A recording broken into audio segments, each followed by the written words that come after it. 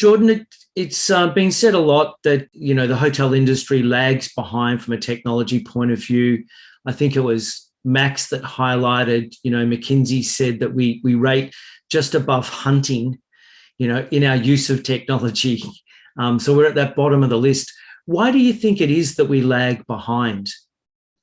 Yeah, I think I think it always breaks down. I think this kind of dovetails from our last question.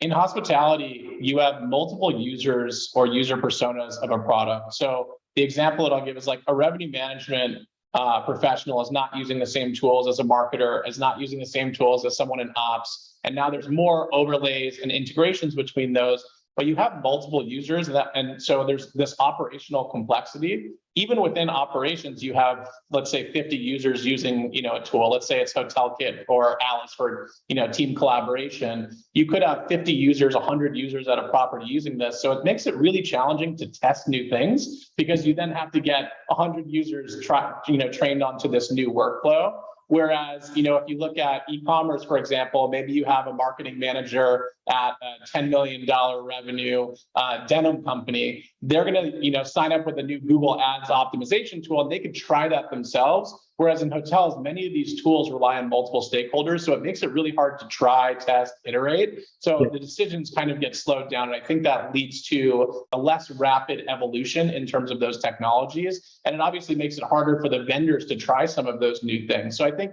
that's one component. That's not really anyone's fault. It's just kind of a characteristic of the business. Yeah. I think in terms of complexity, like you also look at distribution. So if you look at, kind of the bed banks, travel agencies, the direct bookings, the OTAs, there's so many just different distribution players that all have different payment methodologies, different transaction flows, different payment terms. And so everything in the booking flow becomes more complex. So it's like, just to be able to provide a new innovation like self-book, you now need all of these integrations to be able to work just to sit at the table. And so there's less self-books that are able to come to market. And obviously that means that the ones who do come to market are well-resourced and they're getting some nice traction, which is great. And then the last piece I think is like high turnover. So when you have hoteliers that are, leaving a property, one foot out the door, head into the next one, it's harder for them to stick around and try a new initiative. And so I think like a higher turnover industry traditionally has more trouble investing in technology. I mean, we see it in our own business. If we're in the sales process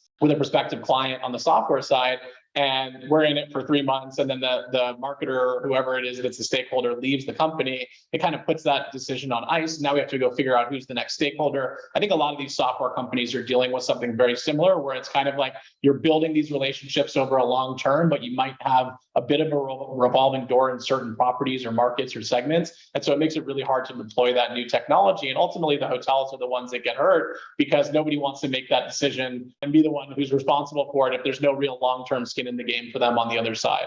Yeah, that's a really interesting point. I've never heard that last piece mentioned, that turnover has an impact, but it does. I mean, you're right. Some of the sales cycles are a year or so.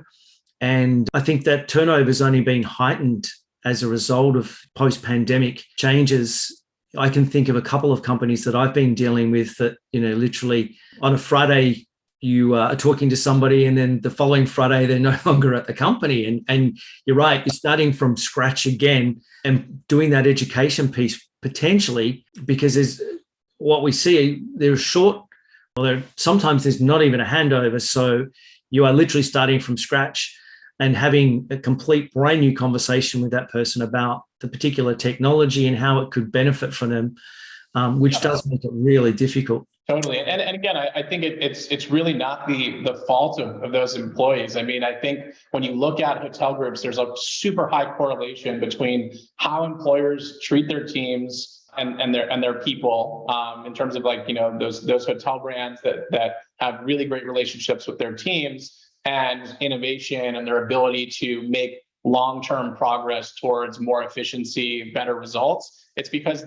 those employees feel ownership in the business. They're presumably paid better than at other groups. And they feel like they feel this owner mentality that you don't feel if you're kind of getting minimum wage and like you just came in and you're doing the basics and your owner treats you like crap. And, it's all about that employee and owner relationship. And this isn't unique to hotels. Any business that's able to empower its team, to compensate them fairly and provide them the bandwidth to take risks and take a long-term view are going to innovate much faster than, a company that is risk averse, treats their team poorly, and underpays them. You're just going to find that kind of revolving door. And I think as an industry, it's our responsibility to compensate better, to treat our people better, and to give them the ability to take, strategic risks, obviously within reason, that have a long-term focus instead of strictly that kind of short-termism. Yeah, that's a great point. Yeah, I think as an industry, we have to do some work, unfortunately. You've probably heard, entry into hospitality courses, our future management numbers are down.